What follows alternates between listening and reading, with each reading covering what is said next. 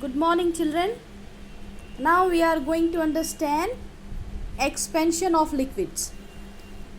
Expansion of solid we have understood, and some applications in daily life. Now expansion of liquid.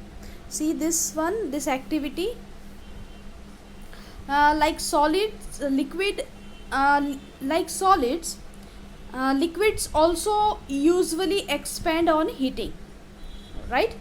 So liquids expand much more than the solids when heated. Liquid do not have a definite shape, as you know, but they have a definite volume. Therefore liquids have only the cubical expansion, children. Exception: water on heating from 0 degree to 4 degrees Celsius contracts, and then on further heating it expands. Remember this point, children. On heating, water from 0 degree to 4 degrees Celsius contracts, and then on further heating it expands. Okay, you see this activity. To study the expansion of water, 500 ml conical flask, read it. Then procedure: take a 500 ml flask, fill it completely with water at room temperature. Then press the rubber stopper into the flask. Okay, then you will observe what? Heat the water slowly and record the level of water at 2 degrees interval. Record at least 10 readings. Plot your results on a graph paper as a variation in the level of water against the change in temperature. This activity you can do or read.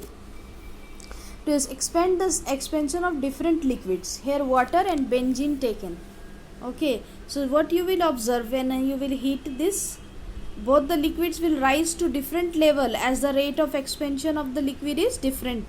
Benzene will expand more as compared to water. Different liquid expand at different level, children. Okay, because of comparison to water, benzene is lighter than water. Water density is greater than benzene. Okay, so now some applications.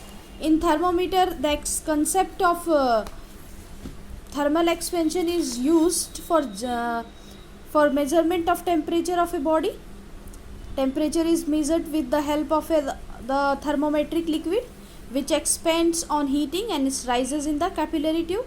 The graduation corresponding to the liquid level gives the temperature of the body, right? Bottle should never be filled up to the top. Why? Because if the liquid inside it becomes too hot, and there is a danger of the explosion of bottle. So some space should always be left at the top of the bottom to allow for the expansion of liquid. The same holds for petrol tank in a car. Water and steam pipes often have a U bend in them to allow for thermal expansion. You can see this picture. Now expansion of gases. Gases also expands when they are heated. No, gases expand much more than the liquid and the solid. Like liquids, the gases do not have a definite shape, so they also have only the cubical expansion, children. So this activity, you read it. To demonstrate the expansion of gas, empty glass bottle taken, a coin, wire gauge, tripod stand, Bunsen burner. Procedure: take the empty glass bottle and put the coin on its mouth. Now supply heat to the bottle on a low flame for a few minutes. What do you observe? The coin falls down. Why? On heating the bottles, air inside it expands and tries to get out of the bottle. Thus it pushes the coin, which falls down. You can do this, but in lab. Gas expand on heating. It will prove by this activity. Now children, modes of heat transfer. Modes of heat transfer,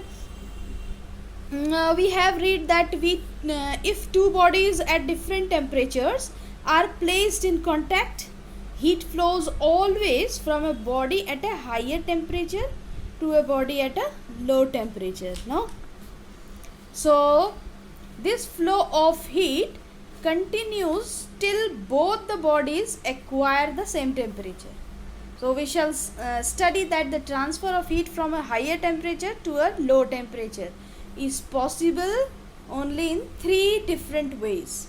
This can be easily understood by the following analogy. What analogy?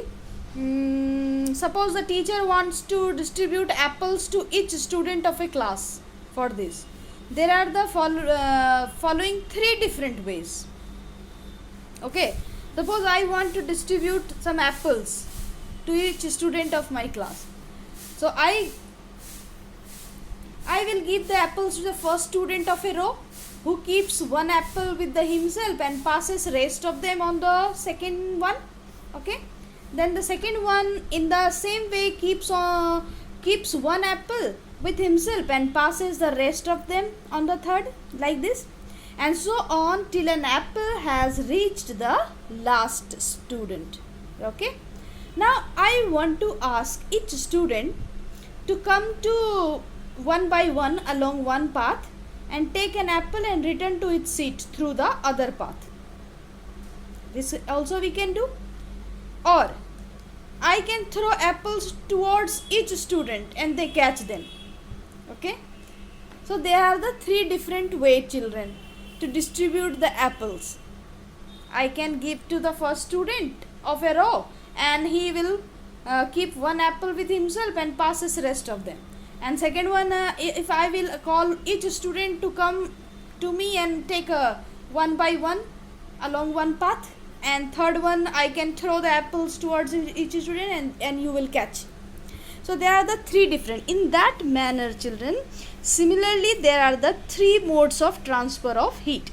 I hope it will be clear to you. There are first conduction, convection and radiation. So first of all, you understand conduction is analogous to the first method of distribution of apples. Okay, conduction is the first, through the analogy, I hope it is clear to you. So through conduction is the analogous to the first method of distribution of apples.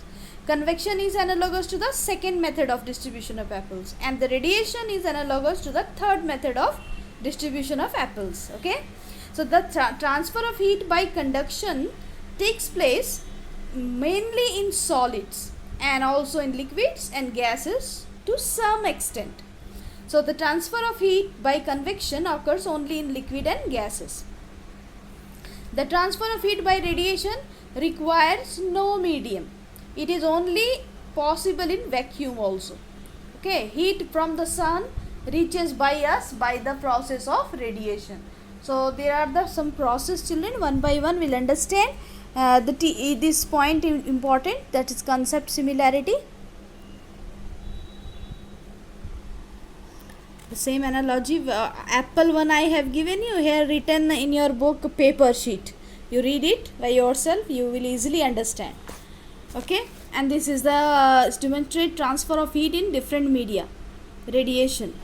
So this will the hot plate, this hot plate gives off heat into the surroundings by radiation. The water in the beaker gets heated due to convection current set up in it. If you touch the spoon, you will find it hot. The heat moves along the spoon from its hot end to its cold end by the process of conduction. So conduction, you must have noticed in your daily life also, children. Take an iron rod and place one of its ends on the flame of a candle. What do you observe?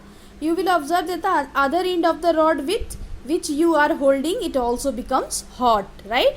So a little later the rod becomes so hot that you cannot hold it with a bare hand. So this happens because of the heat gets transferred from the flame of the candle to the end of iron rod to contact and the other end of the rod. So this process of transfer of heat is known as conduction. Okay, children, the transfer of heat from the body at a lower temperature when both are in direct contact with each other. Higher temperature to a body at a lower temperature. Higher से lower तक चला जाता है.